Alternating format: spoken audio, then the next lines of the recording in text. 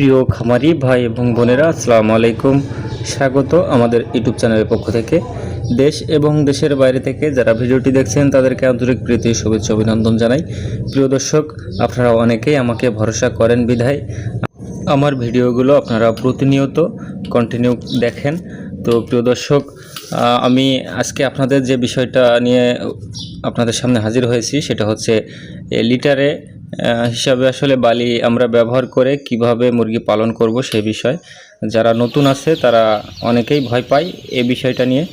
তো প্রিয় দর্শক, আজকে বিস্তারিত আপনাদের সামনে উপস্থাপন করব। তো আপনারা অনুগ্রহপূর্বক সম্পূর্ণ ভিডিও জুড়ে সাথে থাকবেন। যারা সাবস্ক্রাইব করেননি অনুরোধ করব অবশ্যই সাবস্ক্রাইব করবেন। আমরা প্রতিনিয়ত তথ্য দিয়ে আপনাদের সহায়তা করার চেষ্টা করব ইনশাআল্লাহ।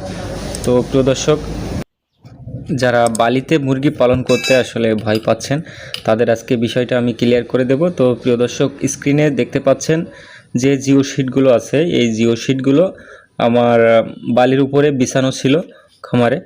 তো বালির উপরে বিছানো ছিল, এখন আমি এটা উঠিয়ে দিয়েছি, সরাসরি বালিতে মুরগিগুলো ছেড়ে দিয়েছি। তো দেখতে পাচ্ছেন আপনারা মুরগিগুলো কতটা স্বাচ্ছন্দ্যে আছে, তো প্রফুল্ল আছে কতটা। তো দর্শক, আপনারা এখানে অনেকেই ভয় পান যে মুরগির বাচ্চা কিভাবে বালির উপরে ছেড়ে দিব, তারা তো বালি খেয়ে মারা যাবে। তো দর্শক, এটা আপনাদের ভুল ধারণা। বালি যেহেতু খাওয়ার কোনো জিনিস নয়, বালি কখনোই মুরগি খাবে না।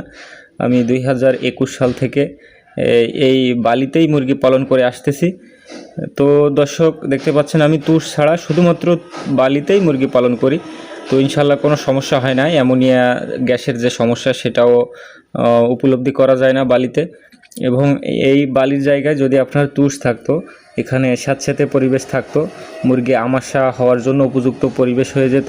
এবং তুষে যে সমস্যাটা বেশি সেটা হচ্ছে অ্যামোনিয়া গ্যাস। প্রচুর অ্যামোনিয়া গ্যাস হয়, যার ফলে শুধু যে আমাশা সেটা নয়, অ্যামোনিয়া গ্যাসের ফলে আরও ভয়াবহ রোগে আক্রান্ত হতে পারে আপনার মুরগি। তো আপনার মুরগি সুস্থ রাখতে হলে অবশ্যই আপনাকে লিটার শুকনা ঝরঝরা রাখতে হবে। তো লিটার যদি শুকনা রাখতে চান তাহলে বালির বিকল্প কিছু নেই। যারা মাছা পদ্ধতিতে শেড নির্মাণ করেছেন তাদের আসলে এ বিষয়টা কোনো কাজে আসবে না। যারা ফ্লোর পদ্ধতিতে মুরগি পালন করে থাকেন তাদের অবশ্যই বিষয়টা খুবই গুরুত্বপূর্ণ তাদের জন্য। তো যারা নতুন আছেন, ভয় পাচ্ছেন বালিতে আসলে মুরগি পালন করতে গেলে বালি খেয়ে মুরগি মারা যাবে। তো দেখতে পাচ্ছেন আমার এই বাচ্চাগুলোর বয়স 5 দিন, আমি ভ্যাকসিন কমপ্লিট করে বালির উপরে সরাসরি ট্রান্সফার করেছি। তো দেখতে পাচ্ছেন তারা কতটা স্বাচ্ছন্দ্যে আছে, প্রফুল্ল আছে। তো আপনাদের ভয়ের কোনো কারণ নেই। আপনারা ঠিক আমি যেভাবে দেখিয়েছিলাম পূর্বের যে ভিডিওতে ব্রুডিং কিভাবে করবেন বালির উপরে, তো বালির উপরে আমি প্রথমে জিও শিট বিছিয়ে তার উপরে পেপার বিছিয়ে তারপরে বাচ্চা ছেড়েছিলাম। তো সেখানে 5 দিন থাকার পরে 5 দিন জিও শিটের উপরে রাখার পরে আমি সরাসরি বালিতে ট্রান্সফার করে দিয়েছি। তো দেখতে পাচ্ছেন মুরগিগুলো কতটা স্বাচ্ছন্দ্যে আছে। তো আপনারা যারা ভয় পাচ্ছেন, আসলে ভয় পাওয়ার কোনো প্রয়োজন নেই। এখানে আপনার মুরগি সুস্থ থাকবে ইনশাল্লাহ। আমি আপনাদের সরাসরি দেখাচ্ছি, দেখতে পাচ্ছেন। তো আমার মতো এই সিস্টেমে আপনারা মুরগি পালন করে দেখতে পারেন একটাবার হলেও। তো দেখবেন আপনাদের প্রায় 70% পরিশ্রম কমে যাবে ইনশাল্লাহ। তো আসলে খাদ্য এবং পানি সরবরাহ করা খামারে এটা তো আসলে করতেই হবে, এটা করা বাধ্যতামূলক। যেহেতু আমরা প্রান্তিক খামারি, আমাদের ছোট ছোট খামার, সেখানে তো আর আসলে বড় কোম্পানির মতো সব কিছু অটোমেটিক সিস্টেম করা সম্ভব নয়। তো যার কারণে আমাদের, যেহেতু আমরা প্রান্তিক খামারি, অল্প মুরগি, আমাদের খাদ্য পানি এটা সরবরাহ এটা বাধ্যতামূলক করতেই হবে। তো পাশাপাশি আমাদের যে বাড়তি যে কষ্টটা হয় লিটার ওলট পালট করা তুষ দিয়ে, তো সেই ঝামেলা থেকে মুক্ত হতে হলে অবশ্যই আপনাকে বালিতে মুরগি পালন করতে হবে। তো আপনাদের অনেকেরই প্রশ্ন আছে যে এই বালিটা কি বালি। আসলে প্রিয় দর্শক, আমাদের এই সাতক্ষীরা জেলা শামনগর থানা আমাদের বাসা। তো আমাদের এখানে একটা নদী আছে, এই নদীটা খোলপুটোয়া নদী নামে। এটা সরাসরি বঙ্গোপসাগর থেকে খুলনা হয়ে ওই লাইনে চলে গেছে। তো এই নদী থেকে এই বালিটা সরাসরি উত্তোলন করা হয়। তো এই বালিটা আমরা খুবই কম মূল্যে কিনে থাকি। এক গাড়ি বালির মূল্য পড়ে 1500 টাকা। তো সেখানে 100 ফুট বালি থাকে আসলে। তো যার কারণে আমাদের এখানে খুবই সহজলভ্যে এই বালিটা পাওয়া যায় খুবই কম দামে। তো আপনাদের এলাকাতে আপনারা এই বালিটা কিভাবে চিনবেন? আপনারা যে নতুন ঘর তৈরি করেন, ঘর তৈরি করার সময় অনেকেই মাটি দিয়ে ভিট না ভরাট করে আসলে বালি দিয়ে ভরাট করেন। তো যে কম দামে যে বালিটা দিয়ে আপনারা ভিট ভরাট করেন ওটাকেই আমরা নোনা বালি বলে থাকি। তো আপনারা ওই নোনা বালিটাই ব্যবহার করার চেষ্টা করবেন, তাহলে কম খরচে আপনারা লিটার ব্যবস্থাপনা করতে পারবেন এবং আপনাদের মুরগিগুলো সুস্থ থাকবে।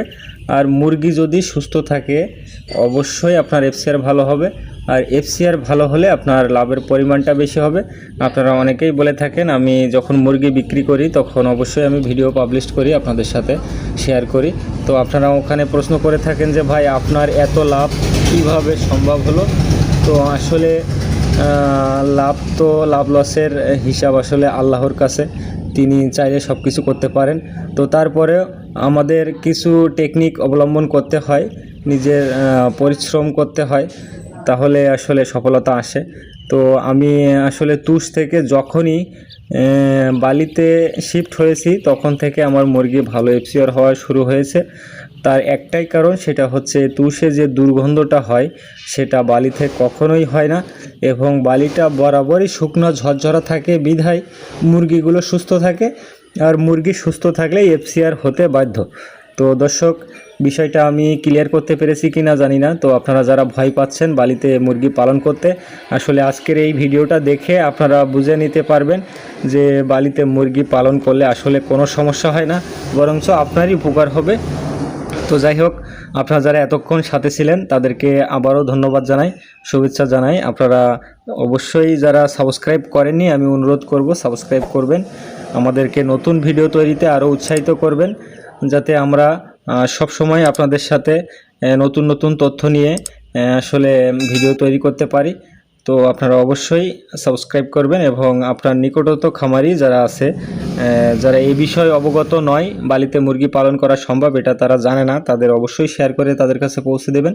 এবং পরবর্তীতে আপনারা কি বিষয়ে ভিডিও দেখতে চান সেটা অবশ্যই কমেন্টে জানাবেন। আমি ইনশাল্লাহ চেষ্টা করব আপনাদের মতামত অনুসারে ভিডিও নিয়ে আসার। তো সবাই ভালো থাকবেন, সুস্থ থাকবেন, আমার জন্য দোয়া করবেন, আমিও আপনাদের সবার জন্য দোয়া করি। তো ধন্যবাদ সবাইকে, আল্লাহ হাফেজ।